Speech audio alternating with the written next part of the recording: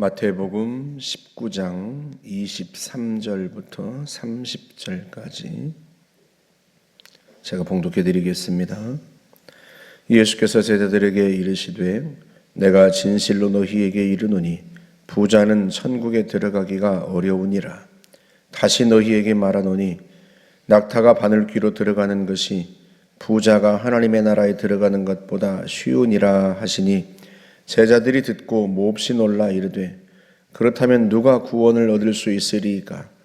예수께서 그들을 보시며 이르시되 사람으로는 할 수 없으나 하나님으로서는 다 하실 수 있느니라. 이에 베드로가 대답하여 이르되 보소서 우리가 모든 것을 버리고 주를 따라 싸운데 그런즉 우리가 무엇을 얻으리이까? 예수께서 이르시되 내가 진실로 너희에게 이르노니 세상이 새롭게 되어 인자가 자기 영광의 보좌에 앉을 때에 나를 따르는 너희도 12 보좌에 앉아 이스라엘 12지파를 심판하리라. 또 내 이름을 위하여 집이나 형제나 자매나 부모나 자식이나 전토를 벌인 자마다 여러 배를 받고 또 영생을 상속하리라.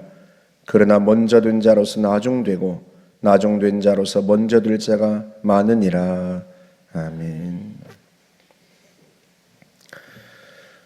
네 소유를 팔아 가난한 자들에게 주고 너는 나를 따르라 하는 그 주님의 말씀을 듣고 이 부자 청년이 근심하며 돌아갑니다. 영생을 얻고자 해서 주님께 나아왔는데 주님이 그 영생을 얻는 길을 가르쳐 주셨는데 그 길로 가지 못하는 거죠. 무엇 때문에 그래요? 자기가 가지고 있는 재산을 너무 사랑하는 거예요. 예수님께서 이 청년이 근심하며 돌아가는 것을 보시고 제자들에게 말씀하십니다.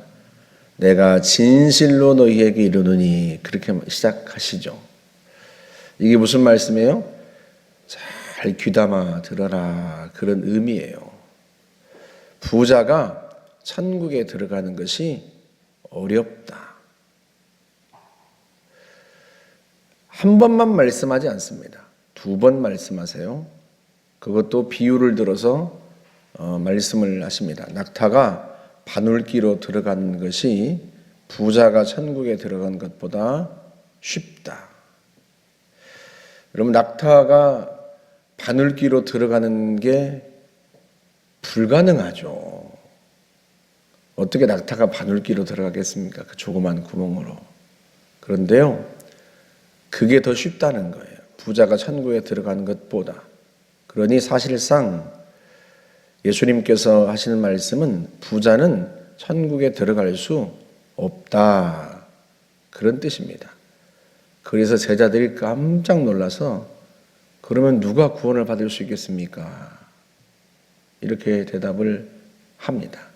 이게 무슨 말씀인가 하면요. 구약에서는 하나님의 복이 뭘로 나타나요? 부유함으로 나타나요. 구약에서는 하나님께서 축복하신 것, 하나님의 은혜를 받은 사람, 그게 대부분 다 부유함으로 나타납니다. 부유함으로. 그래서 농사를 지었는데 수확이 많고 땅을 많이 소유하게 되고 부자가 된 사람, 그게 하나님께 복받은 사람의 대표적인 표현이었어요. 그래서 성경을 읽다 보면 그가 소유가 많아졌다, 그런 표현들이 많이 나옵니다. 욥 같은 사람도 하나님께서 나중에 욥에게 다시 그를 회복시키시잖아요. 회복시키실 때 그의 소유가 많아졌다, 이런 표현을 씁니다. 그래서요, 구약시대에는 예수님이 오시기 전까지만 해도요, 부자가 하나님의 복을 받은 증거로 여겨졌단 말이죠. 그러니 제자들로서는 너무 놀란 거죠. 부자가 천국에 들어가기 어렵다니. 부자가 복받은 사람의 대표적인 증거고 대표적인 사람인데 그럼 도대체 누가 천국에 들어갈 수 있을까? 누가 구원을 얻을 수 있을까? 놀란 거예요. 하나님께 복을 받았다고 여겨졌던 부자조차도 들어갈 수 없다면 누가 천국에 들어갈 수 있겠는가? 제자들이 그렇게 놀란 거죠. 그래서 예수님께서 사람은 할 수 없지만 하나님은 하실 수 있다 하고 말씀합니다. 그러니까 구원이 누구에게 달려있다는 거예요? 하나님께 달려있다는 거예요. 우리가 무언가를 행하고 어제 그 부자 청년처럼 무슨 선한 일을 하고 그게 구원의 조건이 아니고 구원은 전적으로 하나님께 달려있다 하는 거죠. 제자들 입장에서는 부자들, 하나님께 복받은 사람들, 저 사람들은 구원받았겠지라고 생각할 수 있을지 모르지만 그렇지 않아요. 구원받았을 거라고 누구보다도 하나님께 복을 받은 사람이라고 여겨졌던 부자를 예수님께서는요, 천국에 들어갈 수 없다고 단언하세요. 그 부자 청년이 단적인 예인 거죠. 구원은 하나님께 달린 겁니다. 사람 편에 있지 않아요. 그 구원의 조건이. 무엇보다도 오늘 주님께서 우리에게 주신 말씀을 좀 우리가 마음에 새겨둘 필요가 있습니다. 부자는 천국에 들어가기가 어렵다. 왜 그래요? 재물이 자기의 주인이에요. 재물이. 이미 산상수훈에서 예수님께서 말씀하셨죠. 마태복음 6장 24절에서 사람이 두 주인을 섬기지 못한다 하고 말씀을 하셨습니다. 혹 이를 미워하고 저를 사랑하거나 혹 이를 중히 여기고 저를 경히 여김이라. 그러면서 주님이 예로 들었던 대표적인 두 주인이 뭐예요? 하나님과 재물. 너희가 하나님과 재물을 겸하여 섬기지 못하느니라. 그만큼 사람들이요, 재물을 그만큼 사랑하고 그만큼 재물에 의지한다는 뜻이에요. 하나님을 섬기고 하나님을 의지하는 것처럼 그렇게 사람들이요, 재물을 의지하고 재물을 섬깁니다. 재물이 자기의 힘이고 자기의 의지할 바인 거죠. 예수님 당시도 그렇지만 지금은 더하죠. 지금은 자본주의 시대라서요, 돈이 곧 신이 된 그런 시대를 우리가 살아가고 있습니다. 그러니 예수님의 말씀이, 예수님께서 그때 부자는 천국에 들어가기 어렵다 하고 말씀하셨던 그때보다 지금은 더 심각하죠.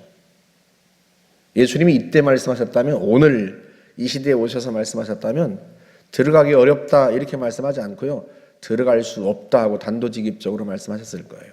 왜? 재물이 신이에요. 재물이 자기의 주인이고 재물이 자기의 힘입니다. 재물이 자기의 의지하는 바가 되고요. 굳이 하나님을 의지할 필요가 없고 하나님을 의뢰할 필요가 없는 거죠. 왜? 재물이 자기의 힘이고 자기의 신이 된 시대니까요. 우리가 이걸 심각하게 들을 줄 알아야 합니다. 예레미야 17장 5절에서 주님께서 말씀하십니다. 여호와께서 이같이 말씀하시느니라 하고 시작해요.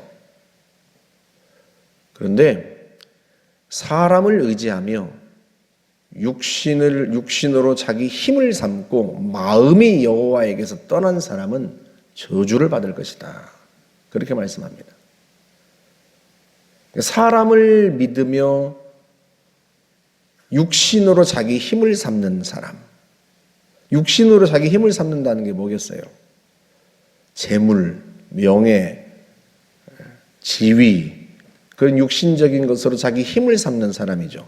그 사람은 필연적으로 마음이 여호와에게서 떠나게 되어 있어요. 하나님을 의지하지 않고 재물을 의지하고 재물이 자기의 힘이 되고 명예나 지위 같은 것이 자기의 능력이 된 거죠. 그러니 마음이 하나님에게서 떠나죠. 하나님을 의지할 이유가 없습니다.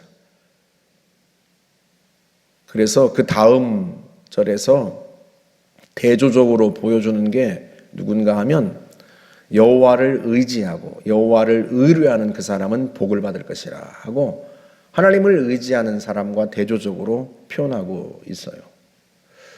그러니 여러분, 우리가 내가 정말로 의지하고 나의 힘이 되는 게 무엇인지 잘 살필 필요가 있습니다. 재물이 내가 의지하는 바하고 그것이 나의 힘이라 생각된다면 큰일인 거예요. 예수님이 말씀하신 사람에 속하는 거죠. 천국에 들어갈 수 없는 사람. 천국은, 구원은 하나님께 속해 있습니다. 천국의 주인은 하나님이시고요.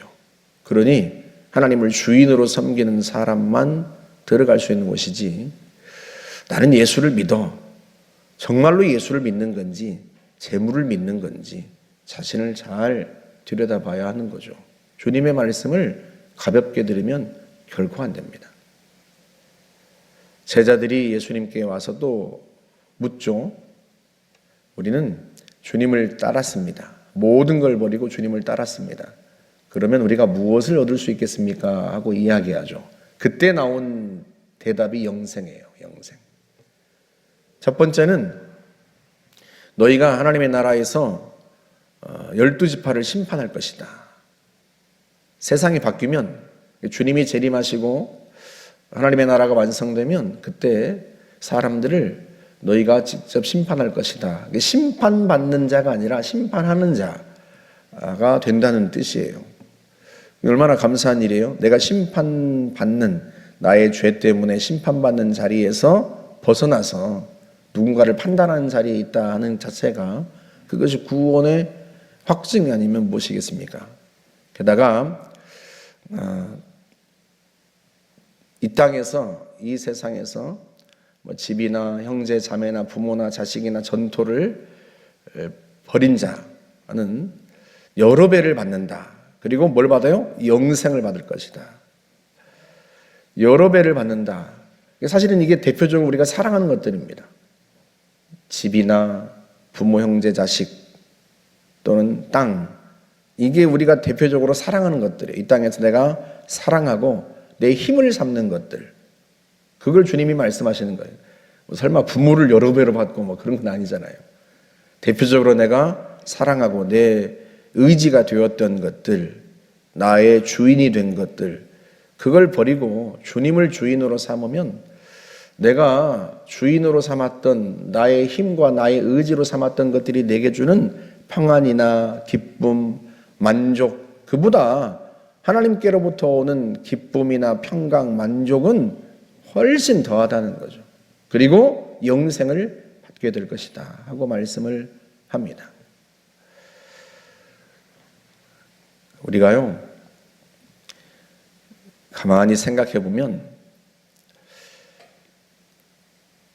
하나님을 덜 의지하고 덜 사랑하는 것 같아요. 다른 것보다. 다른 내 통장 또는 내가 사랑한 나의 자녀 이런 것보다, 이런 걸 사랑하는 것보다, 더 사랑한다기보다는 하나님을 덜 사랑하는 것 같아요. 오늘 현대인들은 하나님을 잘 사랑하지 않는 것 같아요. 하나님보다 다른 걸 더 많이 사랑한다. 그보다는 그 말보다는 하나님을 덜 사랑하는 것 같아요. 덜 사랑해요.